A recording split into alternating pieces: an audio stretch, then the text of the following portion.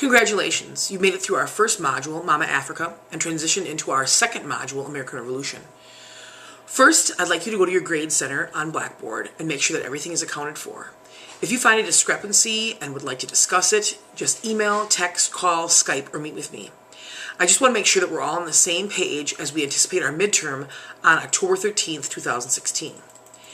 Secondly, I'm firmly aware that our foundational material can be very heady and emotionally charged, and we are not in the same classroom with each other to discuss these things. This is definitely one of the drawbacks of online instruction, at least in my estimation. I'm trying to be optimistic that you are all working through this material and that you are absorbing it well on your own. In a face-to-face environment, we can usually see each other's faces, body language, hear each other's voices and tones, and more, which can help us in facilitating better discussions. However, in this online environment, we have to develop ways to still have great discussions about such topics and themes without the advantage of physically being with each other. If there's anything that you would like to question, discuss further, and or contest, please do so. We can do this either in the Lennox Lounge or in any of the modules related activities. I pride myself on ensuring my students that they can totally disagree with my assertions as long as they can historically support their assertions and they can still get an A in this course. Thirdly, I was really intrigued with your foundational work. Hopefully you've all read your classmates' entries so that you get the fuller picture as well. This is why it's crucial that you at least peruse your classmates' posts. Relative to the questions I posed and the answers I read, I'd like to draw your attention to the Lennox Lounge entries on the Bishop Bartolome de las Casas. The bishop basically argued against the enslavement of the indigenous, also known as Indians, and suggested that Africans be selected as the optimal slave for the transatlantic slave system. While he regretted this suggestion and recanted it on his deathbed, the damage had been done. This is a primary document that historians can refer to. Many of the other reasons that you put forth were valid as well, and I was very pleased to see them posted. As far as the Irish scenario, I wanted to make sure that you were aware that Irish slavery, indentured servitude was attempted, however, did not work out. I also want to make you aware that this white supremacy groups have used this in an ahistorical fashion. I have even had pro-Irish memes put on my Facebook by my Irish relatives. Then I have to address such ahistorical assertions that lend themselves to white supremacy. It is important to be aware of these historical nuances and or controversies. Also relative to last week's coursework on skin color, it is important to at least contemplate which came first, chattel slavery or racism, also known as ethnic chauvinism against Africans.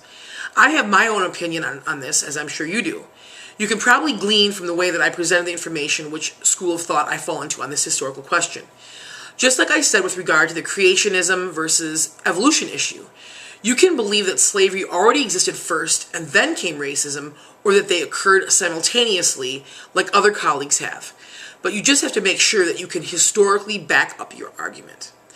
My question to you would be, if skin color or ethnic chauvinism did not come first, then I wonder why we have white or European hegemonic legacies that continue to rage today.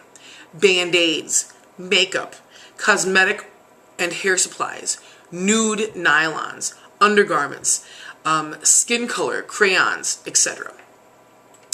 This is a time where I would love to be in a room with all of you to discuss these points in person so that you can see people's faces, hear their voice tones, and read their body language. But alas, this is an online course and we'll have to make the most of it. Fourthly, there's so many things that have been in the news that I'd like to post. However, I would be up around the clock reading and posting, as would you.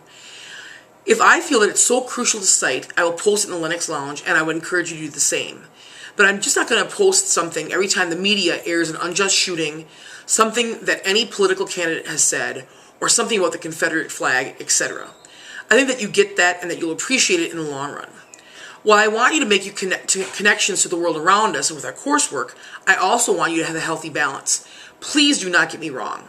I lament every life that is taken, whether it's be civilian and or police. And I'm a political animal who's very much aware of the stakes in this election. I just feel that I could overdo the post, which greatly takes away from the history that we're studying. Again, there's a fine balance to self-care, historical study, and socio-political awareness. If you'd like to post something to this end, please post your comment on the appropriate blog or wiki. If it's something related, you could always post it in the Lennox Lounge. As for me, I'm very pleased with the work that you've done so far in this first foundational module. Always know that even if you did not get an exhaustive feedback on all your work, I read your work once through, reflect, and then I return to grade it. I hope you can sense that. Next week, we'll be firmly in the Western Hemisphere. I look forward to examining your colonial American history with all of you. As always, if there's anything you need or anything that I can do to make your learning experience better, do not hesitate to let me know. Have a great rest of your week as we venture into October.